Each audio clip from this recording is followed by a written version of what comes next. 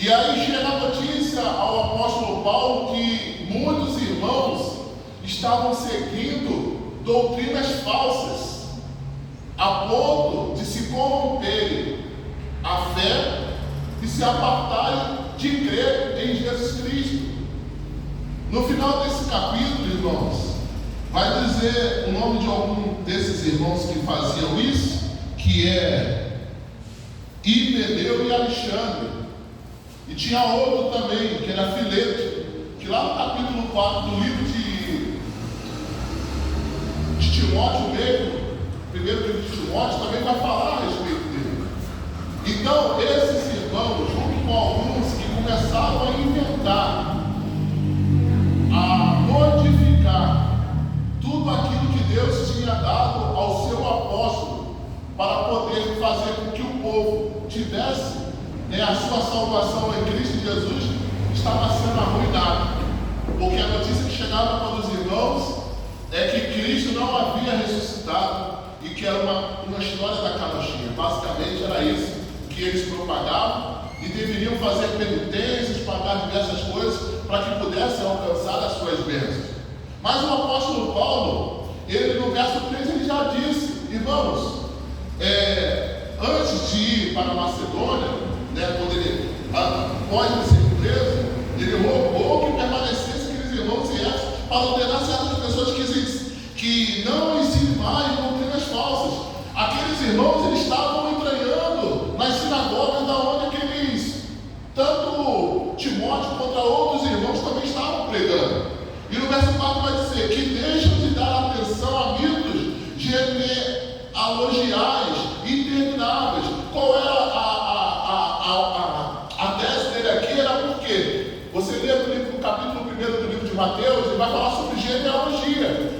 Aqueles irmãos, eles ficavam ensinando, falando repetidas vezes coisas acerca do tempo que havia sido passado, e estavam trazendo para os irmãos uma doutrina, como eu posso dizer, judia, acerca daquilo que já havia sido modificado através da pregação das sinagogas daqueles que haviam sido convertidos pela palavra de Deus através do apóstolo Paulo. Então eles traziam como eu posso dizer para vocês, e vocês vão entender nos dias de hoje, eu estava comentando até com um amigo meu, que com o passar do tempo as pregações elas têm mudado, porque antigamente quem pregava muito era quem citava diversos versículos bíblicos, ou então decorava de cabeça, e aí para aqueles que estavam ouvindo, caramba, esse cara é homem de Deus, certa mulher é homem de Deus. Outros, teve um tempo que a pregação era uma pregação de alta. Então aqui esses irmãos, eles ficavam falando incisivamente da genealogia, mas só que o apóstolo Paulo, ele está trazendo aqui uma mensagem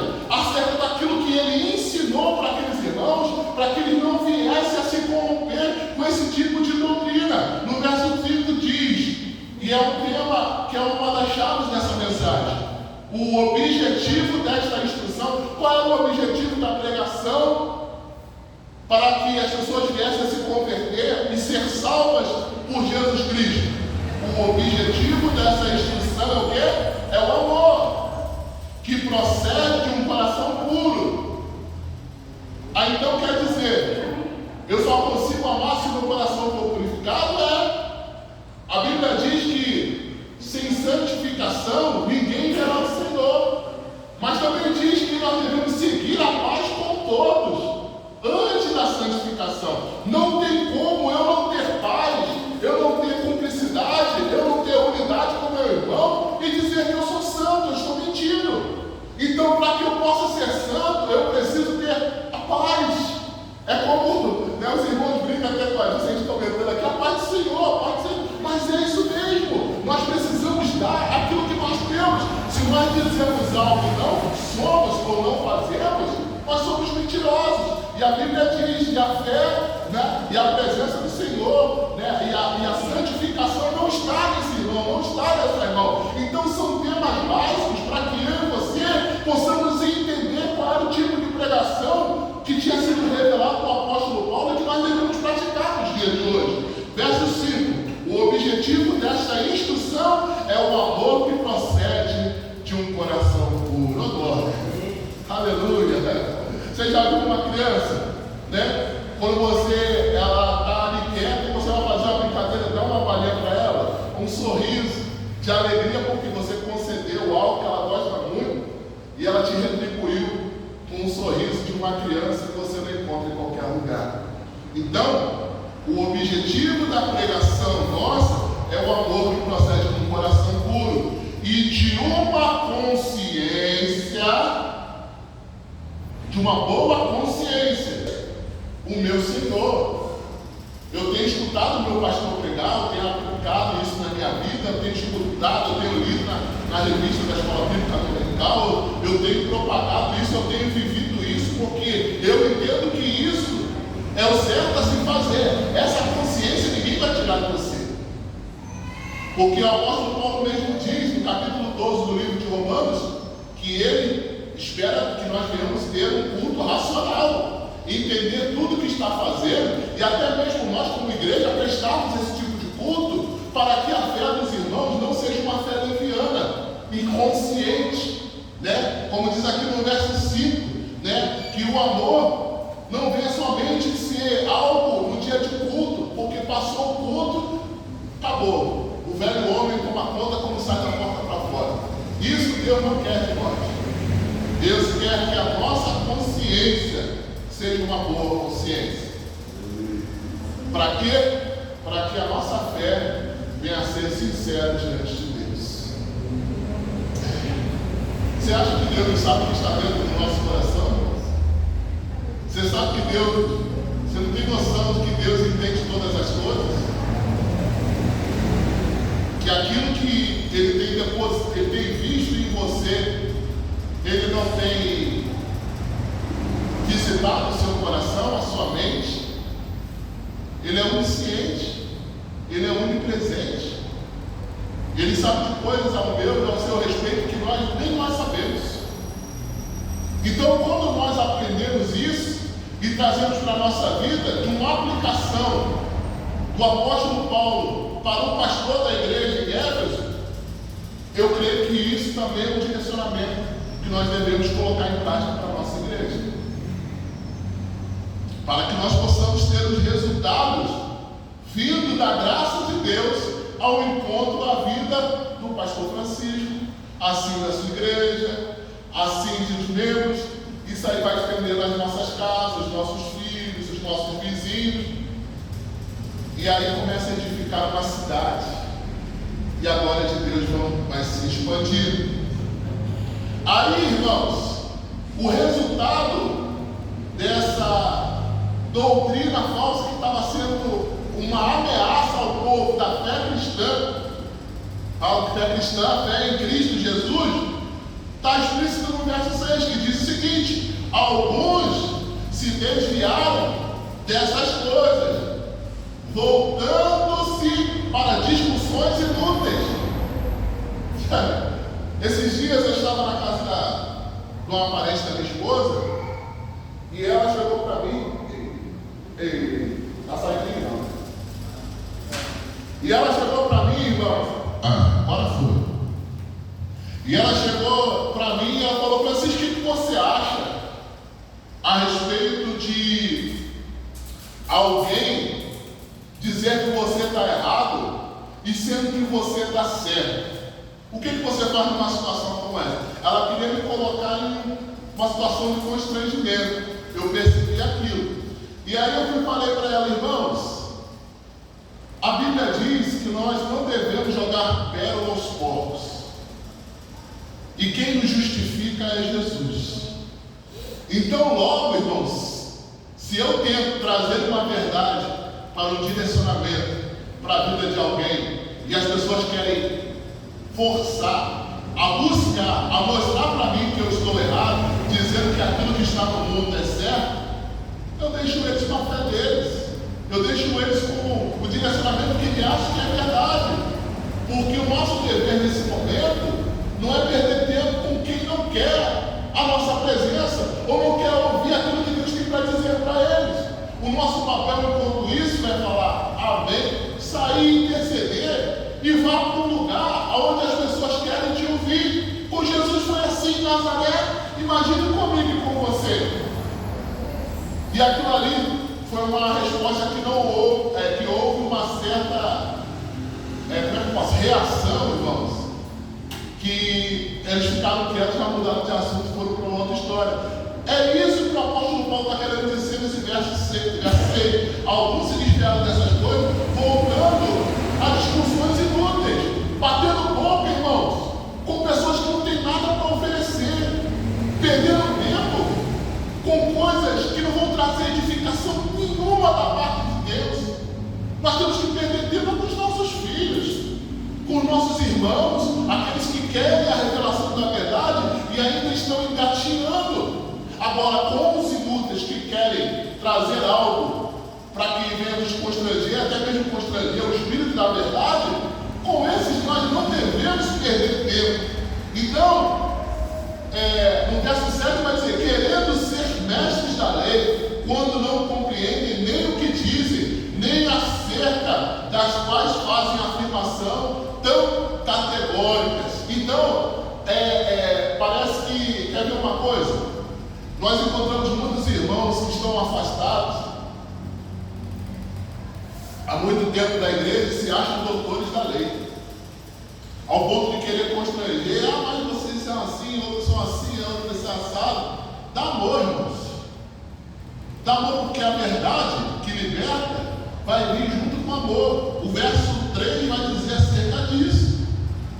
Verso 3 não, verso 5.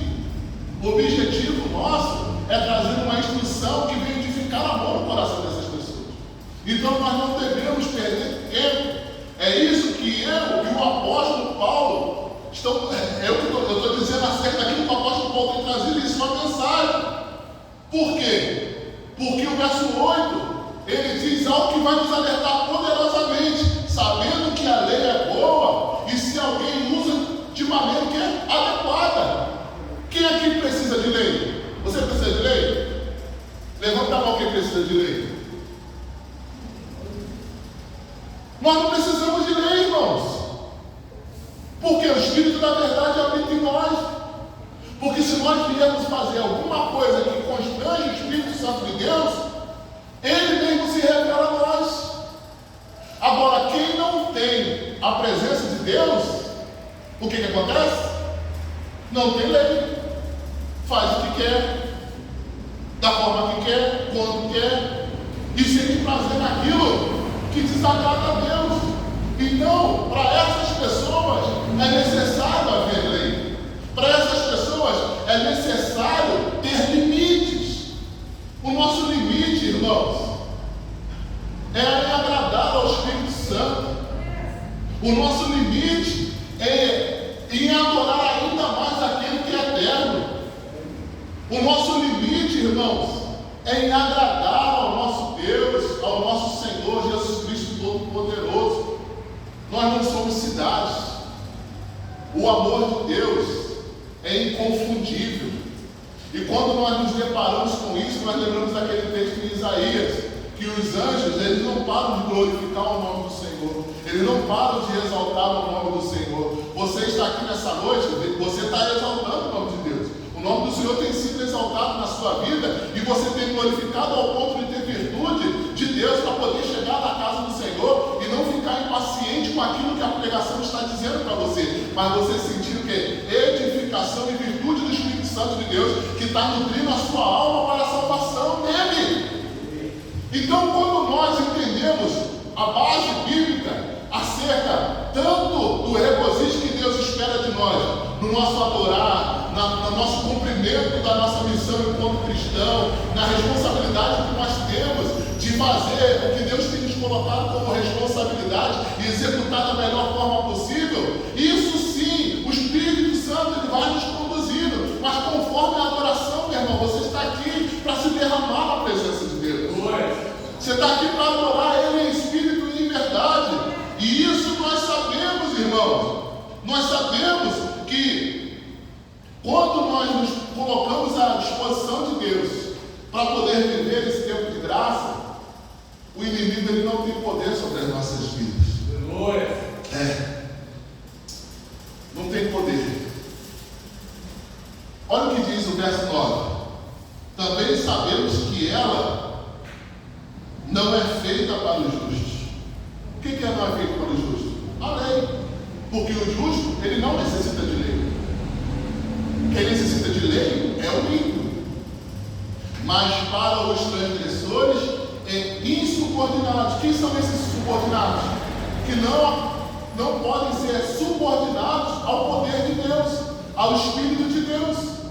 Porque quem é nascido de Deus, o próprio Tiago, diz que não peca. E esses são insubordinados à direção de Deus, ao poder de Deus, para os ímpios e pecadores, para os profanos e irreverentes, para os que matam pai e mãe, para os homicidas, verso 10, para os que praticam imoralidade sexual ou homossexuais, para os sequestradores, para os mentirosos, para os que juram falsamente e para todo aquele que se opõe à sã doutrina. O apóstolo Paulo está dizendo: todo aquele que se opõe à palavra de Deus. Para esses existe lei, tanto de Deus como dos homens. Para nós, irmãos, você vai fazer qualquer coisa que... Irmãos, eu não estou mentindo. Se você for no mercado e a pessoa te dá 10 centavos a mais, e você tem noção de que aquele 10 centavos, quem tem a presença de Deus, ele não consegue levar esses 10 centavos para casa. Quem tem o Espírito Santo de Deus, se for inventar uma mentirinha para poder faltar o serviço, vai ficar o dia todo aquilo ali, ó, martelando na cabeça, martelando na cabeça, martelando na cabeça. Ao ponto de você, de madrugada ou à noite, quando você for dormindo, Deus não deixar você dormir. Porque o Espírito Santo de Deus habita em você, irmãos. E a mentira já não faz mais parte da sua vida. Não pode. Existe algo que é mais forte, mais poderoso do que você. E que, de alguma forma, rege a sua vida. E que você hoje, por mais que você tenta se desvirtuar daquilo que Deus tem revelado para você, e para viver os planos que Deus tem para a sua vida, irmãos, dificilmente você conseguirá viver esse tempo de graça. Então, eu entendo, basicamente, explicitamente, que a sua vida já não tem mais volta. Jesus te pegou de uma forma tão poderosa que você já não consegue mais viver sem Ele. O amor de Deus é tão intenso sobre a sua vida que mesmo que você busque fazer coisa errada, o Espírito Santo de Deus constrange teu coração e muda toda a rotina que você já tinha bolado na sua mente para tomar como decisão da sua vida. Então, irmãos, o que eu aprendo da palavra de Deus é que quem é nascido de Deus não tem como mais retroceder. Aleluia. Era isso que o apóstolo Paulo estava querendo dizer para aqueles irmãos. Verso 11: essa sã doutrina se vê no glorioso Evangelho que me foi confiado, o Evangelho do Deus bendito. O apóstolo Paulo está dizendo: Timóteo, é o seguinte, isso me foi revelado não por homem, foi o próprio Jesus que falou para mim. O próprio Jesus me deu essa instrução para que vocês não vivessem sofrendo. Porque o mundo hoje, irmãos, os cristãos de hoje em dia são cristãos preguiçosos. Qualquer coisa que dá, engole e nutre a sua vida. Não ora, não lê Bíblia, não busca Deus. Então se torna vulnerável a qualquer tipo de sã doutrina. Não consegue discernir o que é de Deus e o que é do homem. Aí fica fácil para poder tomar a mente e o coração dessa pessoa.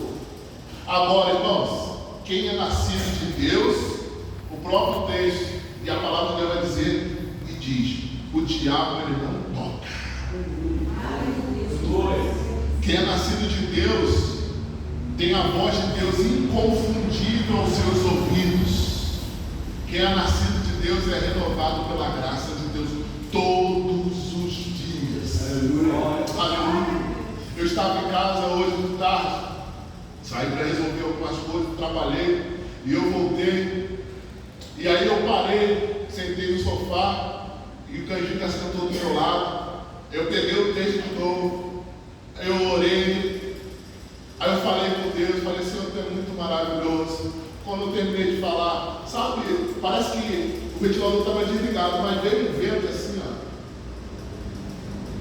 Eu comecei a chorar. Aí eu peguei o carro para resolver uma coisa antes de vir para o culto. Até aquele hino que a gente estava no meio do carro junto com o pessoal, estava tocando, esqueci o nome dele, qual eu queria? Eu me esqueci. Ele começou a tocar, e aí eu comecei a chorar e agradecer a Deus. Aí eu falei, Senhor, como o Senhor se revela nas coisas? Como um momento de intimidade e ali de instrução, de busca. E eu falei para o Senhor, Senhor, essa mensagem eu não quero trazer no esboço. Essa mensagem eu quero que o teu Espírito flua para que as pessoas possam entender o quão é maravilhoso viver na tua presença. E é o que diz aqui ao apóstolo Paulo no verso 12. Dou graças a Cristo Jesus, nosso Senhor, que me deu forças e me considerou fiel, designando-me para o ministério. Irmãos, quando nós nos colocarmos à disposição para executar ou fazer algo para Deus, nós temos que fazer como o apóstolo Paulo está dizendo. Quando nós viemos nos preparar para vir à casa do Senhor, nós temos que ter a mesma reação que esse homem tem. Quando nós nos prepararmos para poder varrer a igreja, para poder pintar alguma coisa, ou até mesmo para um irmão na rua que está precisando de uma palavra, que você abraça, diz que ama, ora por ele, começa a dar graças a Deus, começa a glorificar o nome do Senhor, porque a palavra de Deus tem sido revelada em você, não somente, irmãos, na sua necessidade, mas nas coisas simples que te cercam. É numa casa sentado no sofá, é no teu trabalho, irmãos, com problema, dificuldade, ou então perdendo um ente querido, coisas acontecendo, a tua saúde sendo debilitada. Permita-se sentir a presença de Deus e começa a agradecer a Deus, glorificar o nome do Senhor, dizendo para Ele, dou graças a Cristo Jesus, nosso Salvador, que me deu forças para poder chegar até aqui. Ele renova nossas forças. Aleluia! E eu tomo posse dessa palavra, porque não existe, irmãos, ninguém que possa morrer em seu lugar. Não existe. Não existe ninguém que possa purificar a sua vida, a não ser Jesus. Não existe ninguém que pagou o preço na cruz do Calvário para que seus pecados viessem a ser perdoados. E isso, meu irmão, não tem como tirar, é algo que já aconteceu, é uma promessa do Pai, e Ele viria para poder buscar a sua igreja. Enquanto Ele não vem, nós devemos permanecer na casa dEle, fazendo a obra dEle, buscando Ele, nos fortalecendo como igreja, para a glorificação de Deus Todo-Poderoso, irmãos. Aleluia! Aí, o apóstolo Paulo ele diz, na continuação desse capítulo, quem ele foi, para poder edificar a vida daqueles irmãos que haviam começado a se perder na fé cristã. E ele começa a dizer no verso 13: a mim anteriormente fui blasfemo. Ele falava mal dos crentes, ele falava mal de Jesus. E você consegue se identificar? Eu também era do mesmo jeito.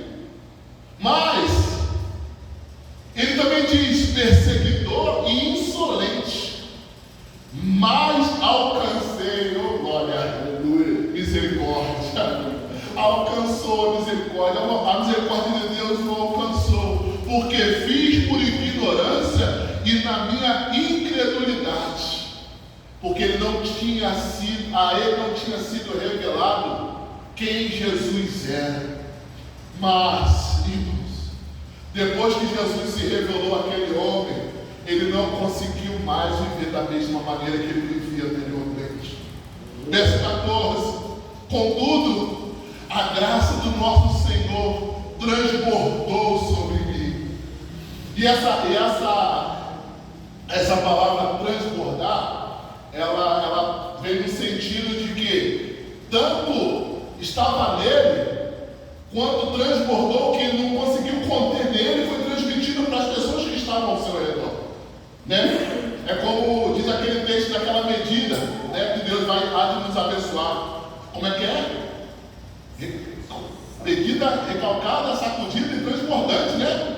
E é isso que Deus tem para aqueles que são fiéis ao seu Senhor. Então o apóstolo Paulo, ele diz que essa fé, essa alegria, contudo, a graça do Senhor transbordou sobre mim.